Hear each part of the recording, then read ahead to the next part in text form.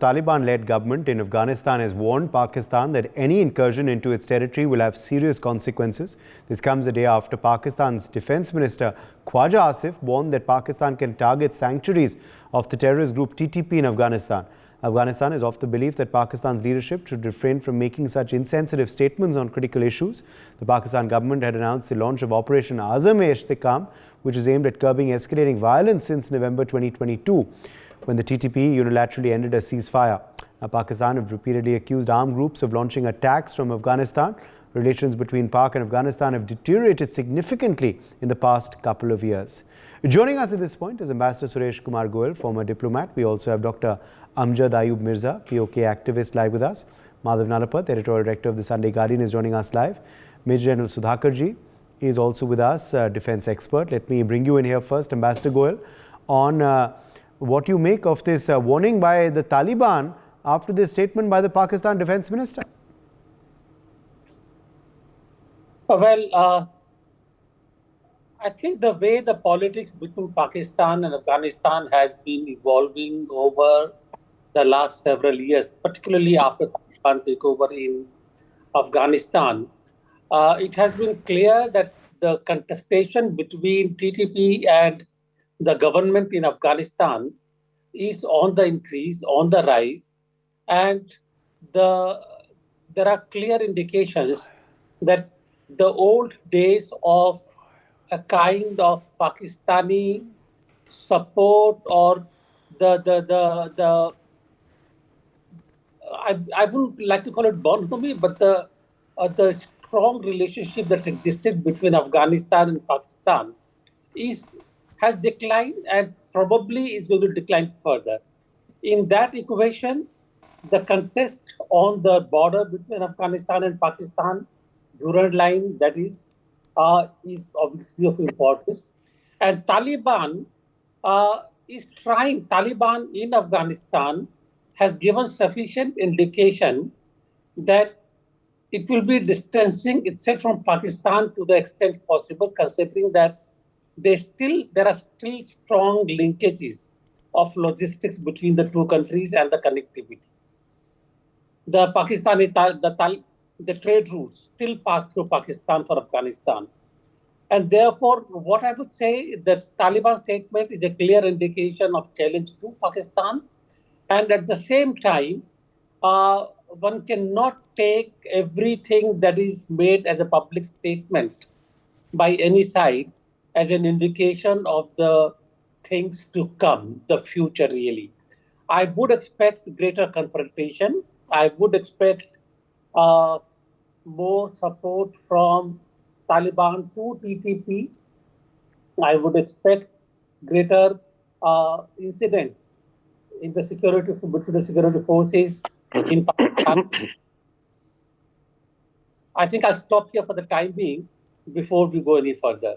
Yes, Dr. Amjad Ayub Mirza, come in here because this of course comes even as Pakistan has launched this Operation Azam-e-Istikam, which they say is aimed at curbing violence and terror attacks which have been on the rise within Pakistan.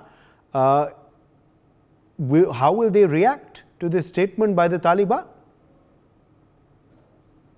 Well, you see, first of all, this Operation Azam-e-Istikam is going nowhere, according to my knowledge. Why Azam-e-Istikam? That's the main question. Why now? Why Azam-e-Istikam? Today, the news has come that Pakistan has asked America to sell them arms. Pakistan wants to buy arms from America, and they have categorically mentioned that we need to buy arms because of Azam-e-Istikam operation against the Tehreek-e-Taliban Pakistan and the dangers that they face from Afghanistan. Pakistan wants to drag America back into the equation of Pakistan-Afghanistan bad relations, and America is not going to buy this. Secondly, there is a government of Imran Khan in KPK, and Pakistan Army is not happy with that, and they want to destabilize that government. And so this terrorist activities or TTP attacks have been going on for years now, at least 3 years. So why not an operation earlier? Why now? The selection of this coincides with the Chinese telling Pakistan off on their own ground in their country in Islamabad that they have to mend their security and fix the political instability before any CPAC investment could come through. So there are many facets to this announcement of operation, but it's going nowhere because even government ministers are apprehensive about it. The parliament is very upset about it and they are not giving them their support because they say that this has not been discussed and who has started this. Then on the first day of Azm-e-Istehkam, 11 Pakistani soldiers were killed by Balochistan Liberation Army in Kallar. So I don't know what Pakistan is talking about. Afghanistan, they can forget about Afghanistan. If they try to do some kind of adventurism inside Afghanistan, Taliban have the power to strike anywhere they like, from Karachi to Peshawar, because they've got their sleeper cells there. So Pakistan is treading a very, very adventurous and opportunistic policy right now vis-a-vis army and the parliament. Yes. Madan Alapat, come in here. Do you believe that Pakistan will back off perhaps after this warning, or will they still attempt to crack down on elements within Afghanistan which they believe are responsible for the internal strife and the attacks that have been on the rise in Pakistan? I mean, Khwaja Asif's statement made it extremely clear. Well, Uday, the first point is that the Pakistan Defense Minister has given 100% justification and for why India struck terror camps inside Pakistan. At that point in time, possibly he had a different view.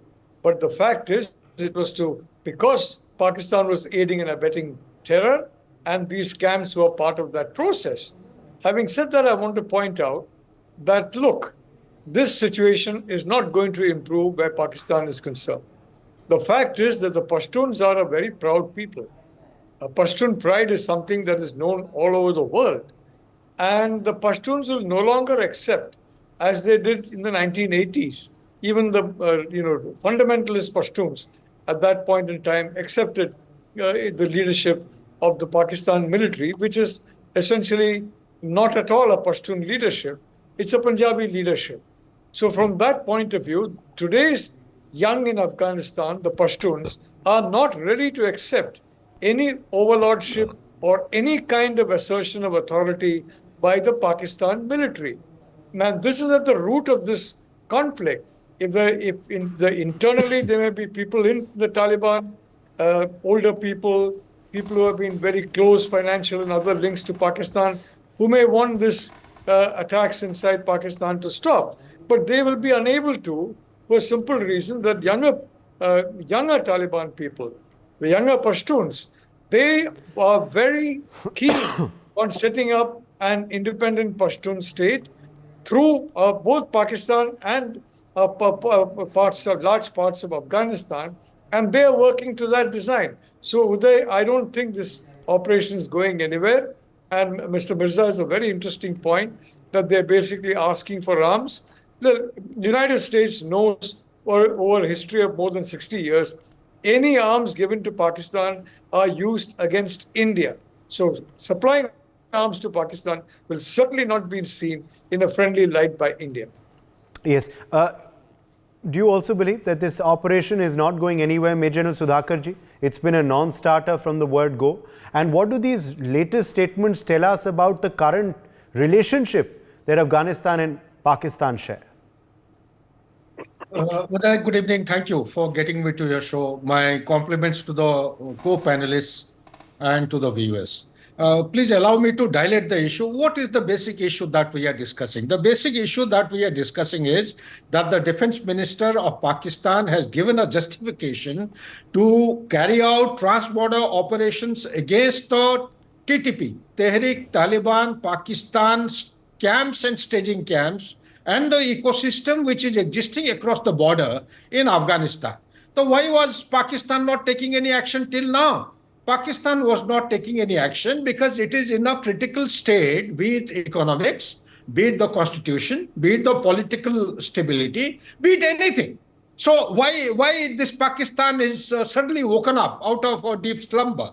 Pakistan has woken up, as per my understanding, because the Prime Minister Shehbaz Sharif had just back from China. He had gone with an empty bowl to ask for some bailout package. China has given a negative, absolutely red signal that unless you come down heavily against the terrorist groups and show some tangible and substantive action, and which will give a kind of assurance to the Chinese people to work with some kind of a safety kind of an environment. China is not going to give any kind of assistance in terms of financial. Mindful of the fact that Pakistan, as in April 2024, total amount as per my study is coming to $130 billion of external debt. Out of $130 billion of external debt, 30% is to be paid to China. So under the circumstances, Pakistan is going through a very critical phase. So they are left with no option. When they go to Saudi Arabia or UAE or IMF, everyone is rolling out such a kind of a demanding roadmap that it becomes sheerly impossible for Pakistan to comply. The easiest option for Pakistan as on today, whether you call it as optics or the rhetorics or the dramatics or the theatrics, it is going to take place in the similar manner without any potential kinetic impact on ground. My assessment, Uday, to answer your question is, why TTP across the border? TTP across the border, it is the same TTP which was created way back in 2007 after the Lal Masjid attack during President Musharraf. It is the same TTP whose demand is only one particular aspect. What is that? The Sharia law has to be applied across Pakistan, and essentially, it has the Khyber Pakhtunkhwa is the only one. If I may justify my argument saying that Pakistan has gone through a serious turbulent stage in 2023, there have been 789 terrorist attacks in 2023 alone, resulting in 1524 number of fatalities, resulting in 1464 casualties, resulting in displacement of large number of population. In 2024, in past 4 to 5 months' time, there have been more than 275 attacks, although in internet you find 245, 250. As per my research, the number of attacks in Punjab province, which is to be secure and safe, has gone up by 96%. All over Pakistan, the number of violent activities has gone up by 70%. So what does it bring us to? It brings us to the only thing is that whatever Pakistan is resorting to now is just theatrics, dramatics, without any potential positive and favorable outcome, number one. Number two, it is playing to the gallery just to fill up the empty bowl so that the debt servicing can be done on time. Otherwise, they are going to be a sovereign default. Otherwise, they will have no money to carry out the basic bare minimum sustenance of the governance of the state of Pakistan. Back to you, Uday. Yes, indeed. Let me take that back across to Ambassador Goyal as well. Ambassador Goyal, as far as, of course, the TTP is concerned, it's certainly become the reason for Pakistan's latest diatribes, of course, on Afghanistan. But, is there any scope for cooperation on terror, or have relations really broken down between the two nations? You mean cooperation between Pakistan and Afghanistan on terror? We must be having a dream or maybe a nightmare, actually, if we even had to think of such a cooperation. Uday, one or two things here. First of all, we have seen from the history that Pakistan is able to establish itself as an essential commodity in the international market time and again. And therefore, when we talk about survival of Pakistan, I would take it for granted that neither the USA nor China nor Russia nor anyone, Saudi Arabia or anyone, would allow Pakistan to go to the ground, go down to the ground. They will make it happen for it to come to the brink. But at the last moment, they will save it because Pakistan has become an essential part of their security matrix. For China, Pakistan is important from the Indian point of view and from the Central Asian point of view. For the USA, which is already engaged in Ukraine and Southeast Asia, I don't think USA will want to come back to Afghanistan, which is quite possible if TTP is once again going to activate itself within Afghanistan and ISI were to really open up its assets in Afghanistan. So that I think is something we will continue to see the lever going up and down. But it is not going to really, Pakistan is not going to become a basket case. What is going to happen is that for Pakistan itself, TTP is important because TTP has the capacity of destabilizing the Pakistani politics. Major General Sudhakar mentioned about KPK. Afzal Mirza Saab mentioned KPK. That is where actually the juggernaut lies really. And therefore, I would say really that Pakistan is trying to basically control the links between TTP and Taliban, and whenever it has the opportunity, I don't think it will hesitate in getting into Afghanistan. Number two, which is very important, there are signs of closeness between Afghanistan and India now. And that's again a red signal for Pakistan. And Pakistan would like to keep Afghanistan on center road. And I would therefore say that for quite some time to come, operation may succeed, may not succeed, it does give us a pretext, or it does give us a handle to say that how can we say that it is all right for you to go across into Afghanistan, but we can't attack camps in not even in Pakistani territory, but the territory that you occupy across the LAC. So we can say that. But that is all apart. The point really is that Pakistan is going to continue to destabilize, and the current operation has a potential to destabilize, as is evident also in the attacks from Pakistan against India across the LAC. Therefore, we should not just basically sit back and say that, all right, Afghanistan, Pakistan, and things are going to become easier for us. No. Professor Narapat, with Pakistan though undeterred and threatening fresh airstrikes on Afghanistan, are things going to spiral out of control? Do you believe this is headed to a further point of escalation? Look, further strikes inside Afghanistan will only motivate more young Pashtuns coming across the border, as well as already resident in Pakistan. And don't forget, Pakistan has really antagonized the Pashtun people by the way in which it basically deported so many of them across the border to Afghanistan when they had all settled lives in Pakistan and they didn't want to go. I think that has created a lot of ill will within the Pashtun community. So frankly, air raids are only going to make the situation worse.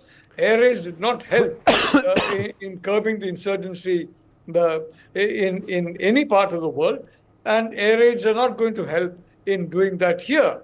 The point is, the more air raids that you launch inside Afghanistan, the more Pashtun pride is wounded, and the more Pashtuns will then take arms against Pakistan. Yes, let me in fact take that straight across to Dr. Mirza as well. Dr. Mirza, how should we in India be viewing this war of words? Sorry, say again, I didn't get the question. How should India be viewing this escalation, this war of words? Well, India has nothing to worry about because the relationship between the current Afghan government and India are very good. India is completing a lot of development projects over there. And what we should be worried about is the front on Kashmir, because Pakistan is now activating that front again.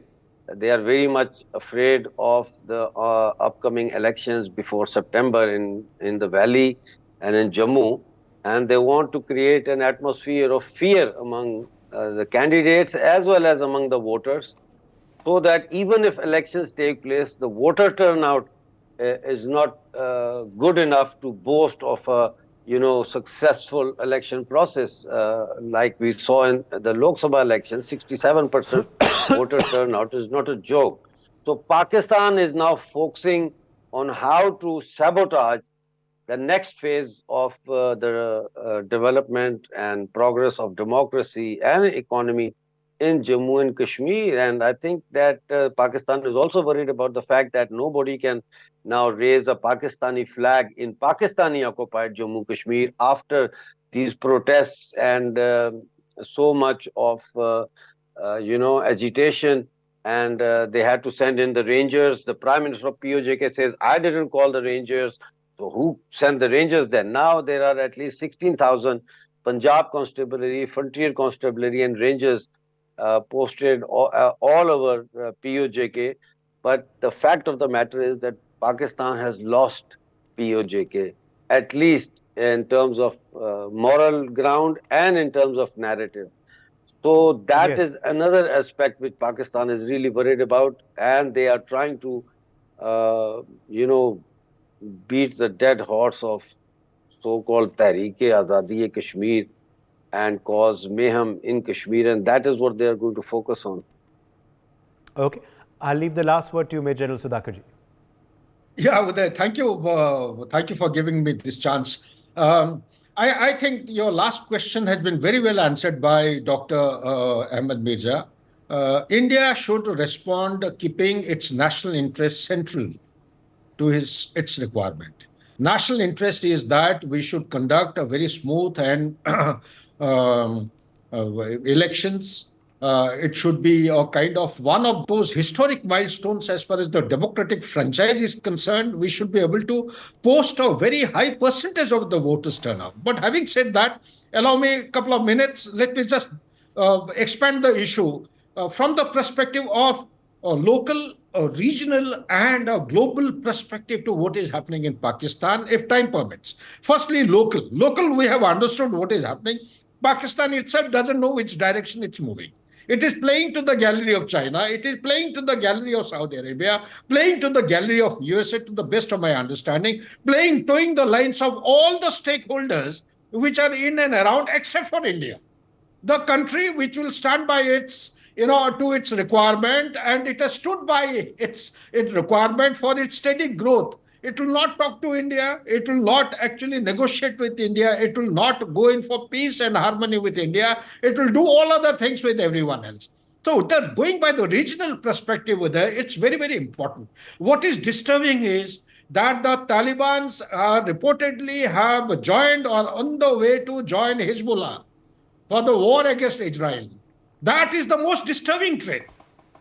Whether it is Tehreek Taliban Pakistan or Taliban of Afghanistan, both the stakeholders, duly supported by Al-Qaeda, it's a huge, huge kind of a turnaround of the epicenter of the terrorism. I'm fearing a kind of an unleashment of a kind of a violent activity which may turn absolutely from regional to global. Yes. It should be very watchful of. Okay. For more such videos, subscribe to the NewsX YouTube channel, hit the bell icon.